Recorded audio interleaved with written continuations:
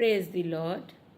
जैसा कि हम सब ने अभी ईस्टर संडे को प्रभु यीशु मसीह के पुनरुत्थान दिवस को मनाया और उससे पहले गुड फ्राइडे वाले दिन प्रभु यीशु मसीह के क्रूस पे से 7 वचनों पर मनन किया कि जिस तरह प्रभु यीशु मसीह ने हमारी खातिर अपने देह को तोड़ा और अपने बेशकीमती लहू को बहाया और उस क्रूस पे से 7 वचन बोले, और तब भी उसने बहुत शांतिपूर्वक हर वचन बोला जबकि वो इतनी पीड़ा में था।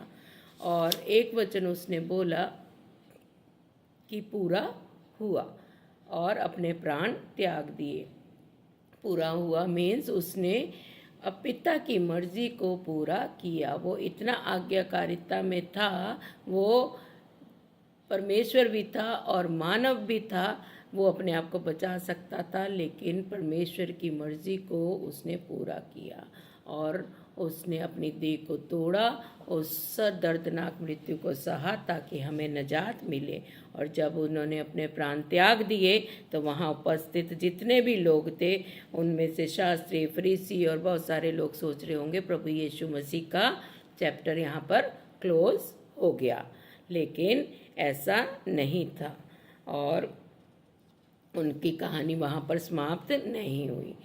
और जब उन्होंने अपने प्राण त्याग दिए तो यूसुफ ने, जो कि एक कब्र चट्टान पर खुदी हुई थी, उनकी लोथ को लिया, उस कब्र में ले जाकर प्रभु यीशु मसीह को लोथ को रख दिया। मरियम मगदलीनी और दूसरी मरियम काफ़ी समय वहाँ बैठी रही, लेकिन उसके बाद जबकि फरीसी शास्त्री को याद आया और जाके उन्होंने पिलातुस को बताया कि प्रभु यीशु मसीह कहते थे कि मैं तीसरे दिन फिर जी उठूंगा, और उन्होंने सोचा कि ये ऐसा ना हो कि कब्र में से उसकी यीशु की लोथ को उठाकर ले जाएं और कहें वो जी उठा है।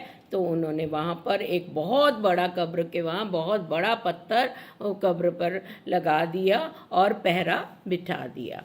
और जबकि वहाँ की रीति के अनुसार मरियम मगदलीनी और दूसरी मरियम और ये सलोमी, जो कि ये उन्होंने सब सुगंधित द्रव्यों को इकट्ठा करके बहुत मेहनत के साथ उन्होंने उस द्रव्य को बनाया, जो कि उस समय एक रीति थी कि लोथ पर लगाया जाता था।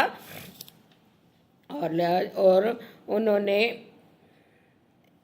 ये तैयार करके जब सुबह, सप्ताह के पहले दिन सुबह सुबह जब वो गई और लोथ पर अपने वो लगाने के लिए जा रही थी, तो जाते जाते वो सोच रही थी कि ये मरकुस चैप्टर 16 वर्स 3 में लिखा है कि वो उस पर तो इतना बड़ा पत्थर लगा है, तो हम तो लेडीज़ है, क्योंकि लेडीज़ को निर्बल जाना जाता है, हम तो लेडीज़ हैं, तो हम कैसे उस पत्थर को लुढ़काएंगे? हमारे साथ तो कोई पुरुष नहीं है, कोई बलवान इंसान नहीं है, तो हम कैसे लुढ़काएंगे? और ये वो सोचती हुई जा रही थी, लेकिन जब ये वहाँ पर पहुँची तो देखा कि पत्थर तो पहले से ही वहाँ से लुढ़का हुआ था और वह बहुत ही डरी हुई थी और देखा कब्र खुली थी और ये देखकर और डर गई।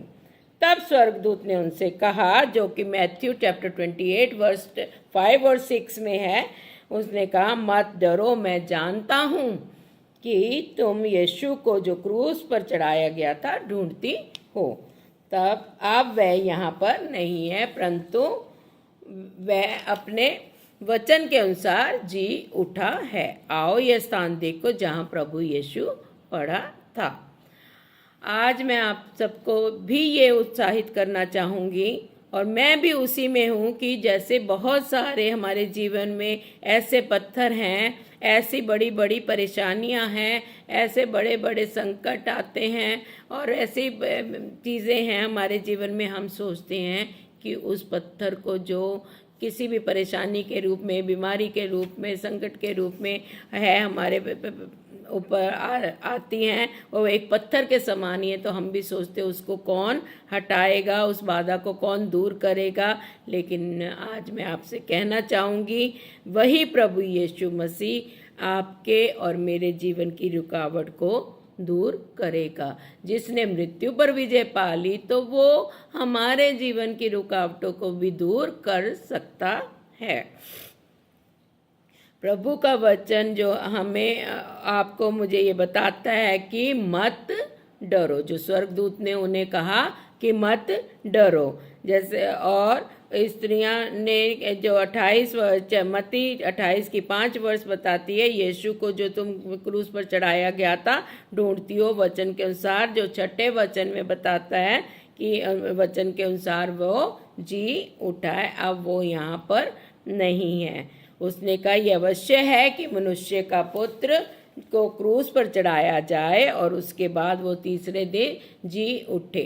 ये भविष्यवाणियाँ मत्ती चैप्टर 16 वर्स 21, मरकुस चैप्टर 8 वर्स 31, लूका चैप्टर 9 वर्स 22 और यूहन्ना चैप्टर 10 वर्स 17 में विभिन्न स्थानों पर अपने शिष्यों को भविष्यवाणियाँ प्रभु यीशु मसीह ने की। लेकिन शिष्यों ने इस बात पर को नहीं समझा। उन्होंने बहुत लाइटली लिया। इस बात की गहराई को वो समझ ही नहीं पाए। इस विषय में वचन कई बार हमें बताता है कि जिसके कान हो वो सुन ले।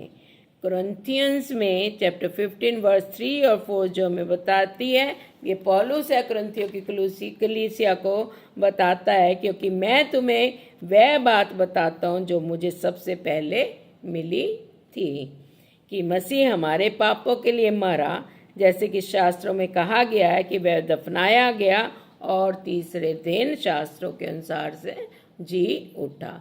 तो कुरिन्थियों की कलीसिया को ये सबसे पहले बात किसने बताई? पौलुस ने बताई। और फिर प्रेरितों के काम चैप्टर 2 वर्स 24 के अनुसार भी, लेकिन परमेश्वर ने उसे मृत्यु के बंधन से छुड़ाकर जिलाया, क्योंकि वह कभी भी उसकी शक्ति के अधीन नहीं था। किसकी शक्ति? मृत्यु की शक्ति के अधीन तो वो था ही नहीं, क्योंकि वो ही परमेश्वर था। वो ही पुत्र के रूप में, मानव रूप में आया ताकि उसके लोगों को छुटकारा मिले। उसने हमारे खातिर उस अपने देह को तोड़ा और वो मौत मृत्यु के शक्ति के अधीन नहीं था, और परमेश्वर ने उसे मृत्यु के बंधनों से छुड़ाकर जिलाया, क्योंकि ये अनहोना था लेकिन उसके वश में नहीं था। कि मीन्स मृत्यु के वश में वो नहीं था। ये अनहोना तो था लेकिन फिर भी वो मृत्यु के वश में नहीं था। जब उसने मृत्यु पर जय पा ली तो आपकी हमारी कैसी पहाड़ जैसी या बड़े पत्थर जैसी कैसी परेशानियां, दुख, मुसीबत, बीमारियां क्यों ना हो, तो वो जिसने मृत्यु पे जय पा ली तो वो क्या हमारी परेशानियों को दूर नहीं करेगा? सिर्फ हमें विश्वास करना है, क्योंकि अब वो हमारी खातिर एक बार उसने अपनी जान दे दी ताकि हमें छुटकारा मिले। पुराने नियम के अनुसार, पुरानी रीति रिवाजों के अनुसार हर बार पाप के लिए बलि चढ़ाई जाती थी, लेकिन परमेश्वर ने एक जीवित बलिदान दिया, अपने पुत्र को बलिदान कर दिया ताकि जो कोई उस पर ईमान लाए वो नाश ना हो, अनंत जीवन पाए।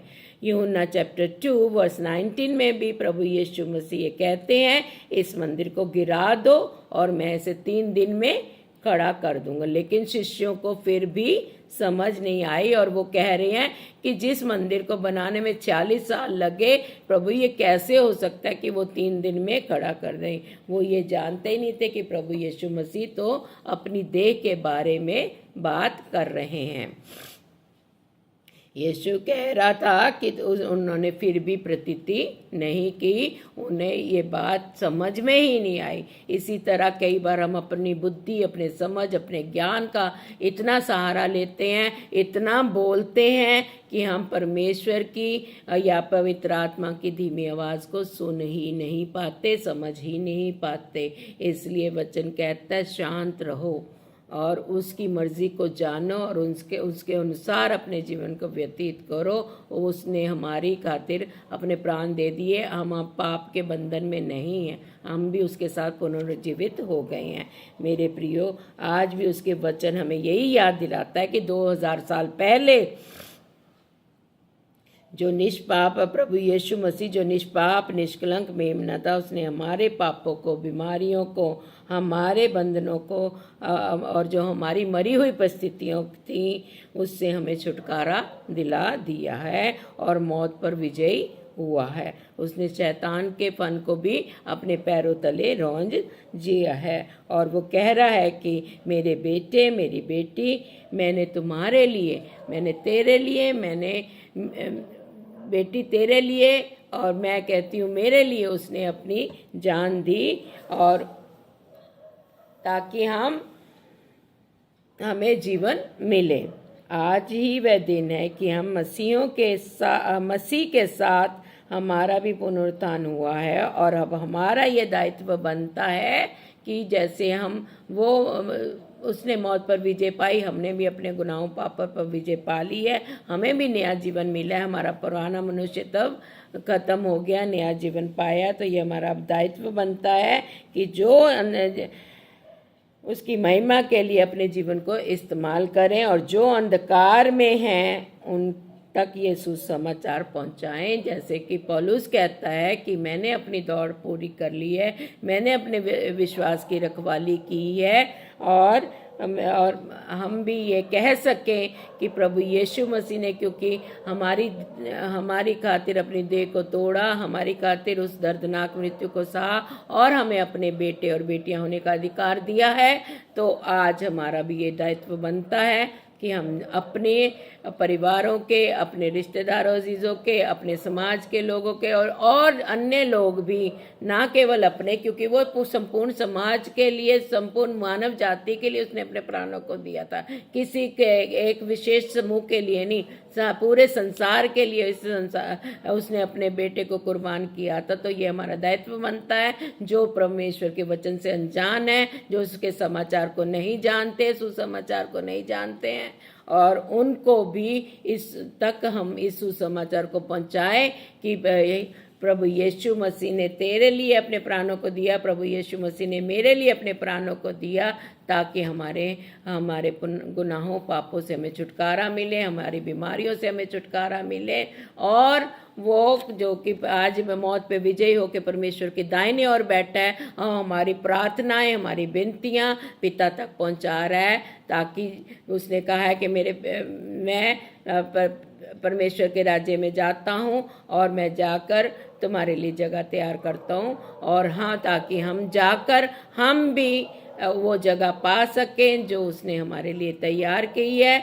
और अपने रूह के साथ औरों की रूहों को भी बचा सकें। दिन बहुत थोड़े हैं, हमें निर्णय लेना है कि हम उसके सत्य के मार्ग पर चलें, और उसकी जो ये उसने बेशकीमती लहू, जो उसने दर्दनाक मृत्यु को हमारे लिए सहा है, उससे बार बार हम पाप करके उसको बार बार क्रूस पर कुर्बान ना करें। वो जीवित मेमना हमारी खातिर एक बार कुर्बान हुआ, ताकि हमें हमारे सब संकटों, मुसीबतों, दुखों, बीमारियों से छुटकारा मिले। तो प्रभु आप सबको आशीष दे, और ये वचन को समझने की, उस पर अमल करने के लिए, और दूसरों के साथ बांटने के लिए आपको तौफीक दे। इसको अपने तक सीमित ना रखिए, क्योंकि उसने कहा तुम मेरी चलती फिरती पत्रियां हो। तो इस वचन को हम दूसरों के साथ जितना हो सके बांटें। अगर हम एक भी रूह को बचाते हैं तो परमेश्वर के राज्य के हम वारिस होंगे। God bless you. Thank you.